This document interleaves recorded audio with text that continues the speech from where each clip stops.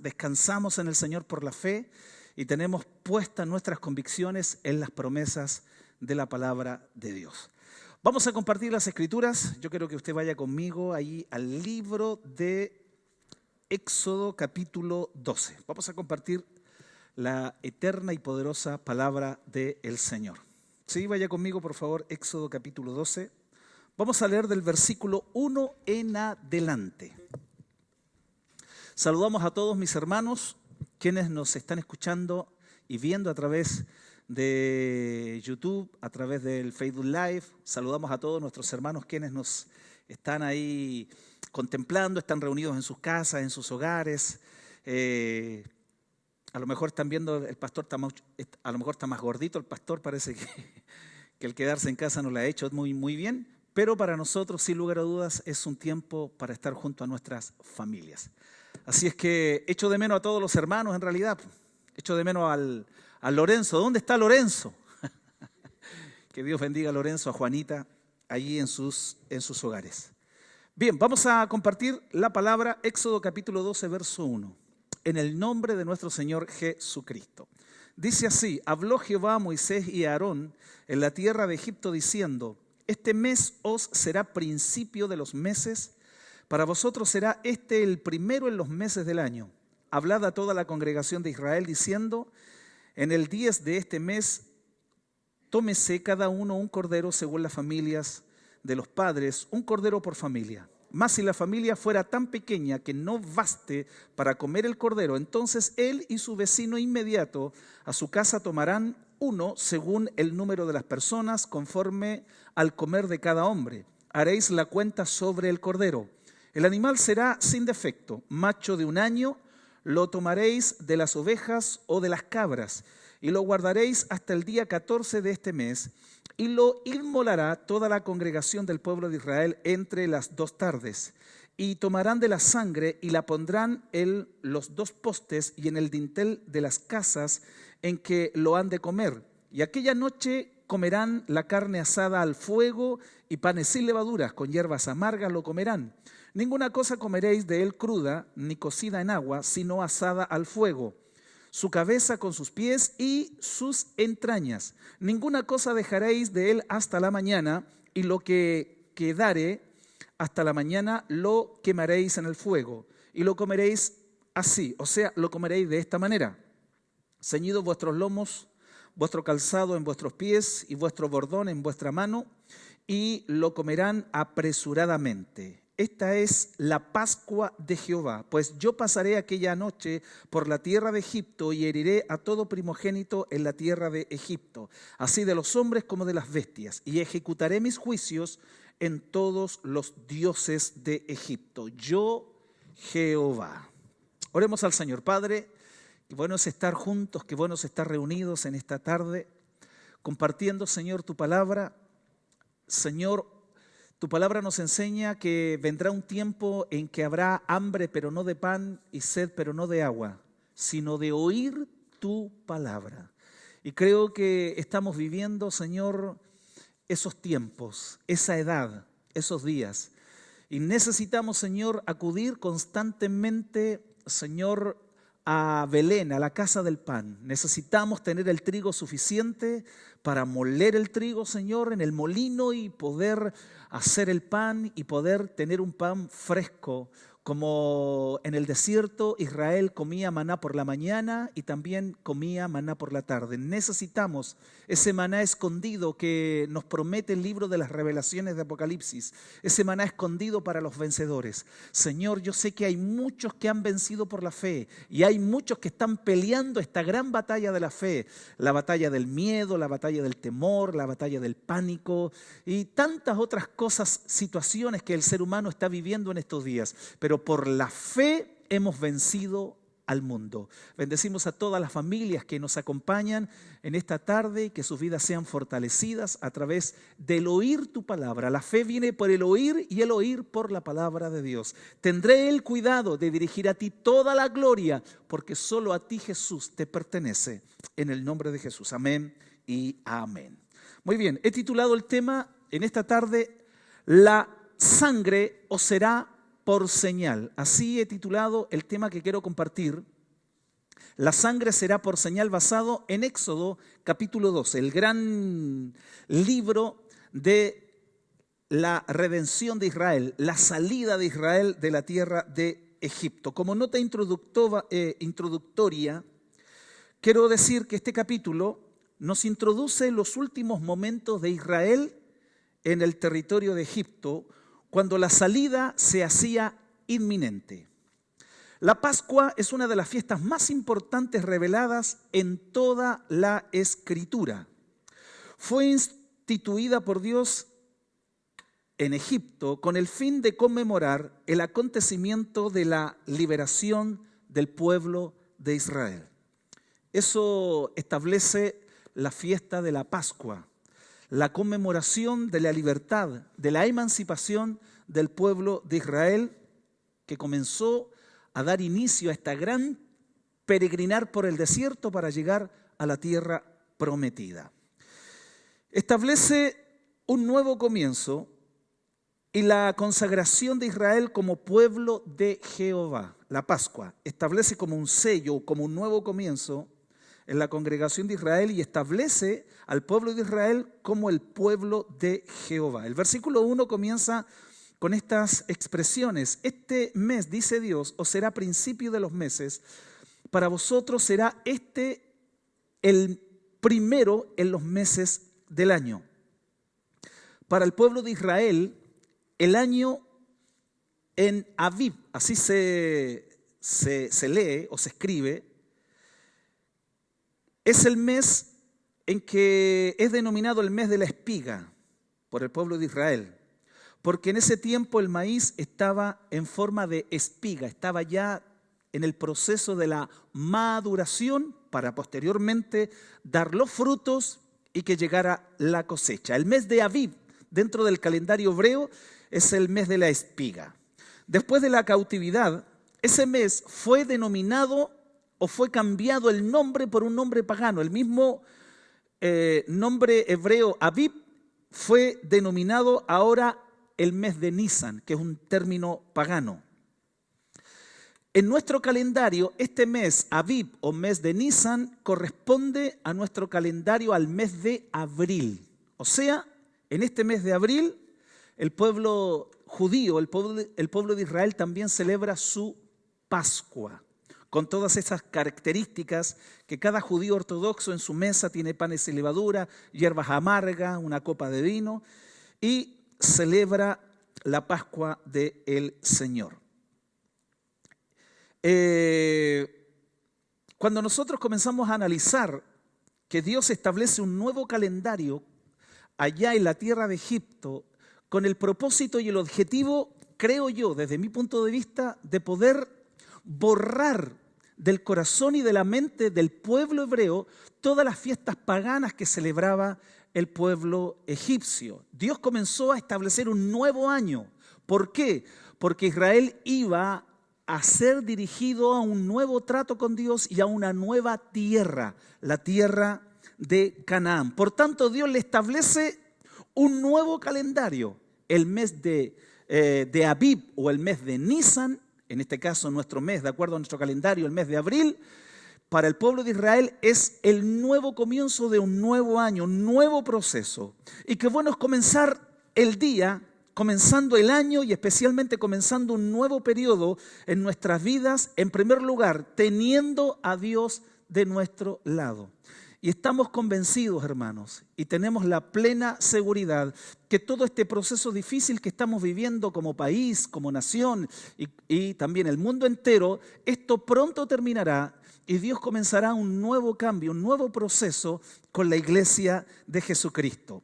Este nuevo mes para Israel daba inicio también a la primavera, que llegaba renovando toda la faz de la tierra con prados verdes, con hermosos colores y con todo lo que conlleva en sí la primavera. Creo con todo mi corazón, hermanos de Viña del Mar y todos aquellos quienes me están viendo a través de las redes sociales y me están escuchando también, que viene una primavera para la iglesia del Señor. Todo este proceso, este grano que ha sido molido, este grano que ha sido podrido en la tierra, dará su fruto para la gloria del Señor. Yo sé que algo bueno y algo nuevo Dios tiene para la iglesia del Señor. Y también puedo decir que también para nuestra nación, para nuestro país. El versículo 3, en la última parte dice: tómese cada uno un cordero. Tómese cada uno un cordero. La figura principal en la Pascua del Señor era este animalito, este corderito de 1 año, sin defecto, que tenía que el pueblo de Israel en la tierra de Gosén tomar por familia, tomar vivo ese cordero y prepararlo hasta el día 14. Tómese cada uno un cordero. El apóstol Pablo nos revela que la Pascua fue una tenue sombra que apuntaba a lo real y a lo perfecto de la persona de nuestro Señor Jesucristo. Dice en 1 Corintios 5:7, porque nuestra Pascua, que es Cristo, ya fue sacrificada por nosotros. Y eso es maravilloso poder verlo a la luz de la revelación del Nuevo Testamento. ¿Qué características tenía que tener el cordero para ser ofrecido a Dios en el día de la Pascua? Característica número 1, tenía que ser un cordero. No tenía que ser una vaca, no tenía que ser un camello, tenía que ser un cordero. El cordero lo vemos en toda la Escritura, desde Génesis, en la ofrenda de Abel, trayendo a Dios lo mejor de sus corderos, hasta Apocalipsis, en la doxología celestial, allá en Apocalipsis 5, cuando decían a gran voz: el cordero que fue inmolado es digno de tomar el poder, las riquezas, la sabiduría, la fortaleza, la honra, la gloria y la alabanza. Y todo lo creado que está en el cielo y sobre la tierra y debajo de la tierra y en el mar y en todas las cosas que en ellos hay, oían decir: al que está sentado en el trono y al Cordero sea la alabanza, la honra, la gloria, el poder por los siglos de los siglos. Llegamos a esta conclusión, que la figura del Cordero es una figura transversal que atraviesa desde Génesis hasta el libro de Apocalipsis. Siempre recuerdo esa expresión de Apocalipsis 5 también, cuando no había ninguno digno de tomar el libro y de romper sus 7 sellos, ni siquiera ni de leerlo ni de mirarlo. Y un anciano le dice a Juan, Juan se puso a llorar y le dice: mira, Juan, no llores, hay uno que ha vencido, el Cordero, hay uno que ha vencido, el león de la tribu de Judá, la raíz de David. Y dice la Escritura que Juan se dio vuelta y no vio un león, vio un cordero como inmolado, lleno de sangre, todo manchado de sangre, que había sido recién sacrificado. Vino el cordero y tomó el libro de aquel que estaba sentado en el trono, dice que rompió sus 7 sellos, y Apocalipsis capítulo 10, ese cordero se transforma en un ángel poderoso, ya no con el libro sellado, sino que con el libro abierto, sus pies sobre la arena y su otro pie sobre el mar, tomando posesión de lo que como cordero ya había redimido. Pero no quiero irme hacia esa predicación o esa enseñanza. Lo que queremos establecer aquí, la figura del cordero, la figura del cordero. ¿Qué otra característica tenía que tener el cordero? Tenía que ser macho de 1 año. O sea, en la flor de la edad. Cristo se ofreció en la plenitud de su edad. ¿Sabe cuántos años tenía aproximadamente nuestro Señor? 30 años, cuando comienza su ministerio y se prepara para ser sacrificado como verdadera ofrenda al Padre. No es en su influencia como el niño de Belén nuestro Redentor, sino que allí comienza nuestra redención, pero en su plenitud es muerto cuando él tenía aproximadamente 30 años. Tercera característica del cordero: el cordero debía de ser sin defecto, demostrando que la pureza del Señor, como el cordero sin mancha y sin contaminación. Cristo les dijo a todos aquellos fariseos y religiosos que estaban escuchando su enseñanza, en Juan 8:46, ¿quién de ustedes puede con toda sinceridad acusarme de pecado? Él era sin mancha y sin contaminación. Así este corderito también tenía que ser perfecto, no tenía que faltarle un ojito, no tenía que tener una patita quebrada, no, tenía que ser perfecto, porque Dios, tenemos esa enseñanza, de acuerdo a la Biblia, que a Dios se le entrega lo mejor.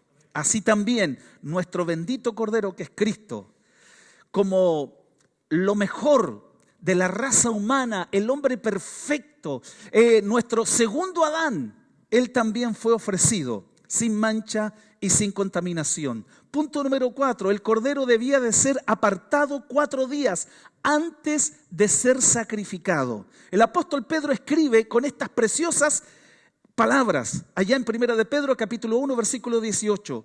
Como bien saben, ustedes fueron rescatados de la vida absurda que heredaron de sus antepasados.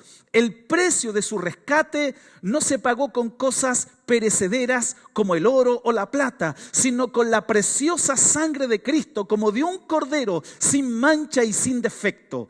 Cristo, a quien Dios escogió antes de la creación del mundo, se ha manifestado en estos últimos tiempos en beneficio de ustedes. Bendito sea el Señor. De la misma manera también Cristo fue destinado y fue preparado y fue predestinado desde la eternidad para ser sacrificado por todos nosotros. Punto número 5. El cordero debía de ser muerto y asado al fuego, no cocido en agua, sino asado al fuego, indicando los terribles sufrimientos que el cordero padeció bajo el juicio de Dios hasta la muerte y muerte de cruz.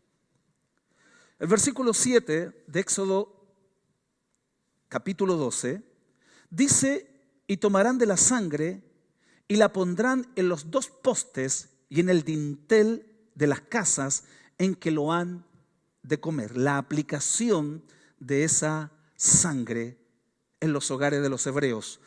Un cordero vivo, y esto es muy importante, un cordero vivo es una cosa preciosa, es una cosa tierna, pero no podía salvar. Ese cordero tenía que ser muerto.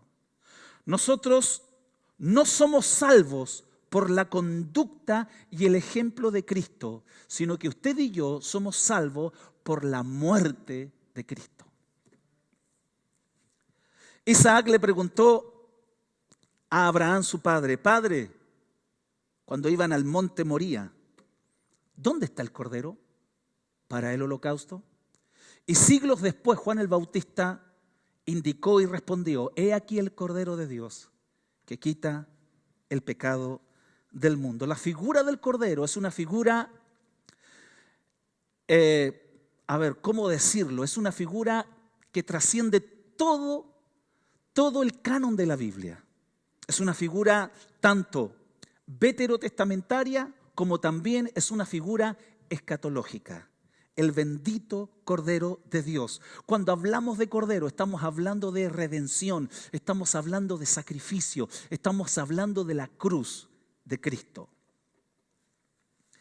Esta sangre tenía que ser puesta en los postes y en los dinteles de la puerta. En los postes tenía que ser rociada, pintada con la sangre de ese cordero, tenía que ser puesto en los dinteles y en los postes de la puerta. Eso significa que nuestra fe puesta en Cristo es una fe personal y también es un testimonio público. Todos aquellos que hemos sido rociados con la sangre del verdadero Cordero es porque hemos puesto una fe personal en su sacrificio y también hemos manifestado una fe pública en que somos hijos del Señor. Pero curiosamente, la aplicación de la sangre no fue puesta en el umbral o en el piso de la puerta. ¿Por qué? ¿Por qué solamente en los postes y en el dintel, pero no en el piso? Porque la Escritura dice en el libro de Hebreos 10:29, ¿cuánto mayor castigo pensáis que merecerá el que pisoteare al Hijo de Dios y tuviere por inmunda la sangre del pacto en la cual fue santificado e hiciere afrenta al Espíritu de gracia? Por eso la sangre del Cordero nunca fue aplicada en el suelo, sino solo en los postes y en el dintel de la puerta.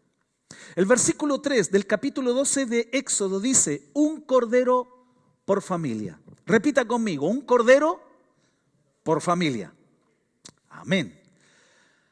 Al cubrir las puertas con la sangre o ser rociados con la sangre del cordero en aquellas puertas, la casa era expiada y consagrada como un altar frente a Dios. Yo quiero que por favor tenga eso en mente.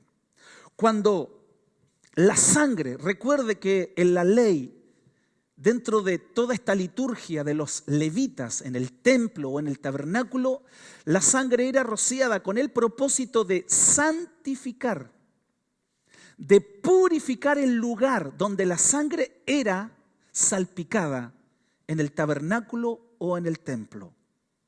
Cuando los hebreos en la tierra de Gosén, en el último día que les quedaba, en la última plaga, en la 10ª plaga, la plaga de los primogénitos, preparados para salir rumbo a la tierra prometida, ellos tenían que personalmente aplicar esta sangre en sus casas y en sus hogares. En otras palabras, ese lugar se transformó en un verdadero altar para Dios. Usted se ha dado cuenta que en Egipto, esos 450 años que los hebreos fueron esclavos, sirvieron a Faraón, fueron personas que lo único que hacían ser maltratadas, muertas de hambre, muchos fueron muertos allí. Ellos como pueblo escogido, como pueblo hebreo siendo esclavos, no tenían un lugar de adoración en Egipto, no tenían un templo en Egipto, no tenían un altar en Egipto, no tenían nada por más de 450 años. ¿Y cuál era el reclamo que Moisés y Aarón le establecieron a Faraón? Deja salir a mi pueblo. ¿Para qué? Para que vayamos a adorar al desierto. Ellos necesitaban un altar, ellos necesitaban un lugar de adoración, un lugar de reunión. Y Dios se lo dio el último día en que ellos estuvieron en Egipto, y eso se transformó particularmente en cada casa de los hebreos en que ellos aquella noche aplicaron la sangre. Esas casas se transformaron en altares para Dios. En Egipto los israelitas no tenían un altar común.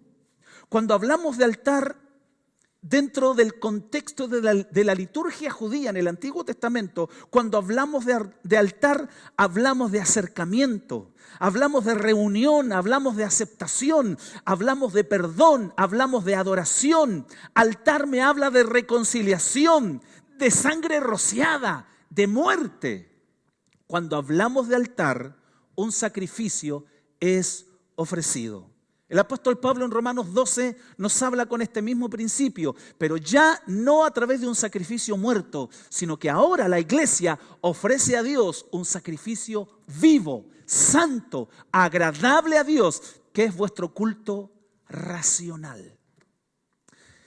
Cada vez que nos reunimos como iglesia, levantamos un altar para Dios. Nuestra iglesia local, aquí en Viña del Mar, cuando teníamos la bendición de congregarnos, que sin duda fueron tiempos maravillosos y volverán esos tiempos, pero cada vez que nosotros nos reuníamos en este lugar, espiritualmente como iglesia del Nuevo Testamento, levantábamos un altar para Dios, donde éramos aceptados, donde éramos perdonados a través de ese sacrificio, donde había un ambiente de adoración, donde la presencia de Dios descendía, como dice el libro de los Salmos, Dios habita en las alabanzas de su pueblo, porque cuando hablamos de altar, hablamos de adoración, de reconciliación, de sangre rociada, de aceptación, de congregación, de acercamiento.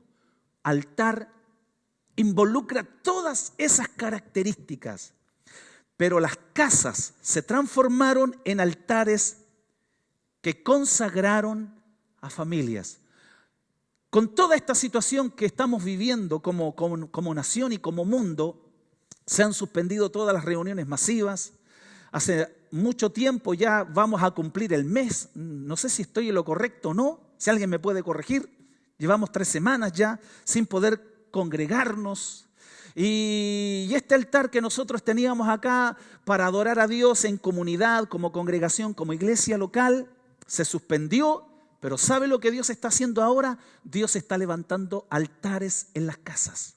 Dios está levantando altares en los hogares. Allí Dios ha derramado su sangre. Y en todos aquellos que levanten altares en sus familias, el espíritu de la muerte pasará de largo. La palabra Pascua significa pasar de largo. Cuando la muerte ve la sangre del cordero, lo único que tiene que hacer la muerte es pasar de largo. Como diría un chileno, hacerse el loco y pasar de largo.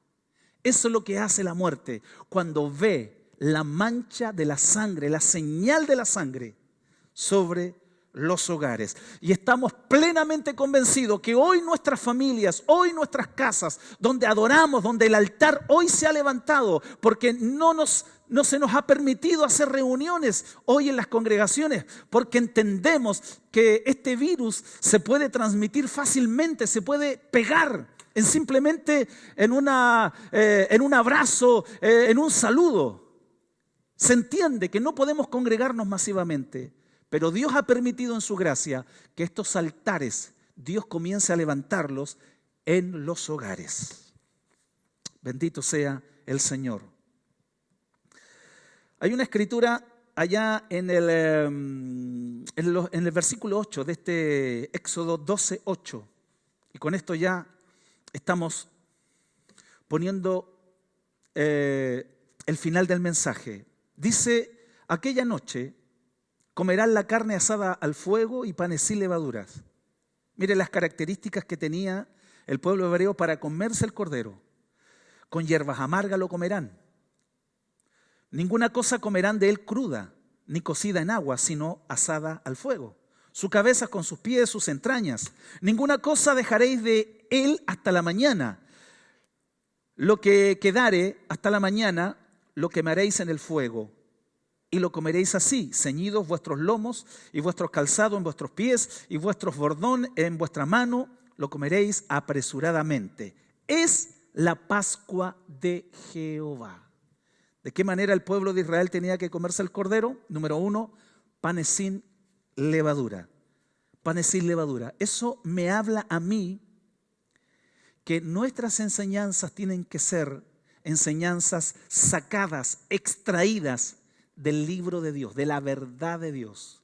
Como diría algún teólogo, estas verdades tienen que ser verdades ortodoxas, creencias correctas, creencias verdaderas. O sea, cuando hablamos sin levadura, estamos hablando sin mezclas humanas, filosofías humanas. No, la palabra tiene que ser predicada con la mayor pureza posible, sin levadura.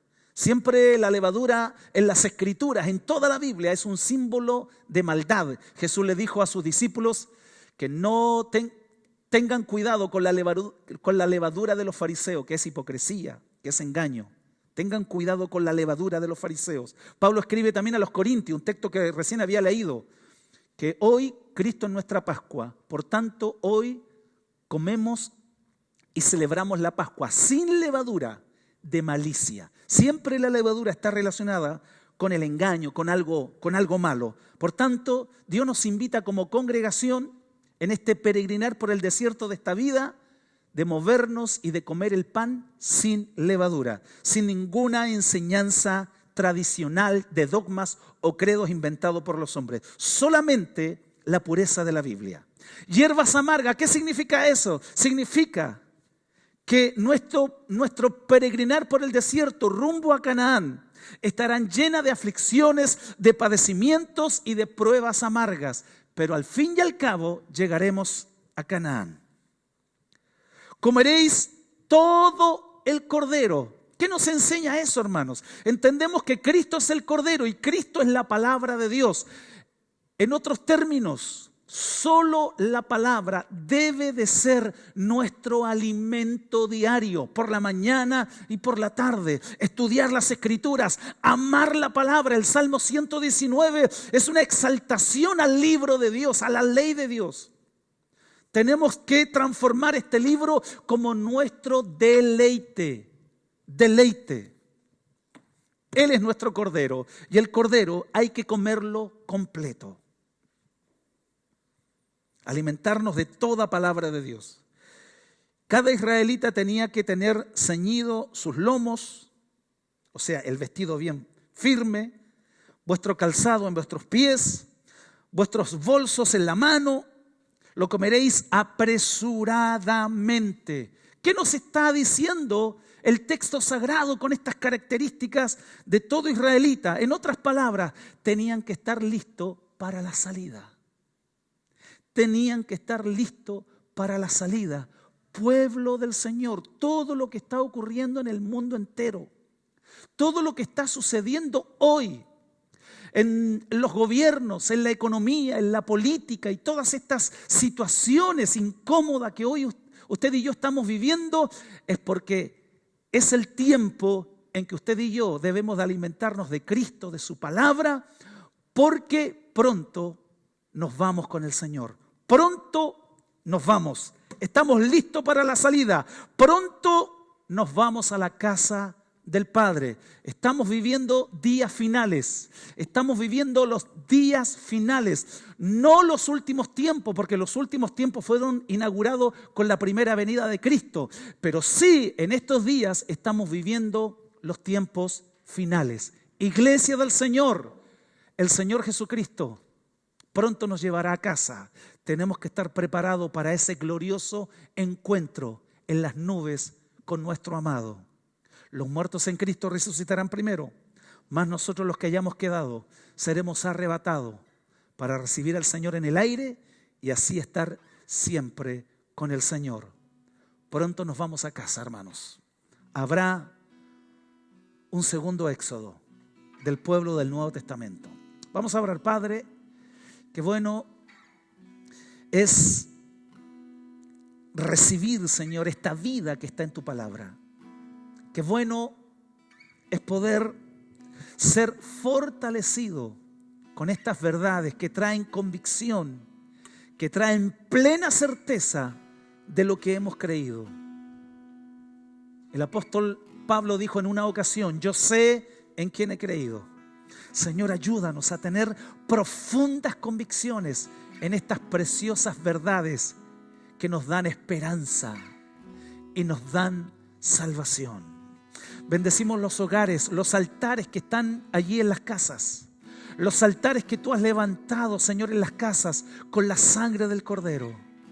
Señor, esa sangre nos garantiza protección, esa sangre nos garantiza, Señor, salvación, esa sangre nos garantiza perdón y aceptación.